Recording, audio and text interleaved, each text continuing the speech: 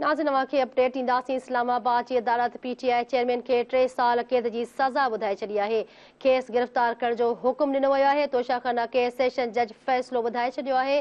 Case ॿुधण जोॻो हुजण ते पीटीआई चेयरमैन जो एतिराज़ रद्द कयो वियो आहे। जज हुमायूं दिलावर चयो त जाबदार ख़िलाफ़ ॾोह साबित थिए थो, उन करे एतिराज़नि खे रद्द करियूं था। अव्हांखे आगाह करे आहियूं, पीटीआई चेयरमैन खे 3 सालनि जे क़ैद जी सज़ा ॿुधाई वई आहे। 3 साल क़ैद जी सज़ा न भरण ते 6 महीना वधीक खेसि सज़ा ॾिनी वई आहे। अव्हांखे आगाह कयूं पिया, पीटीआई चेयरमैन खे 3 सालनि जी सज़ा ॾिनी वई आहे। 1 लख रुपए जो जुर्मानो पिणु ॾिनो वियो आहे। जज हुमायूं दिलावर इहो फ़ैसिलो महफ़ूज़ कयो आहे। जी नाज़रीन, जज हुमायूं दिलावर तोशाखाना केस जो फ़ैसिलो ॿुधाए चुको आहे। अव्हांखे आगाह कयूं पिया, अदालत तोशाखाना केस में पीटीआई चेयरमैन खे 3 सालनि जी केस जी सज़ा ॿुधाए छॾी आहे। 1 लख रुपया ॾंड बि लागू कयो वियो आहे।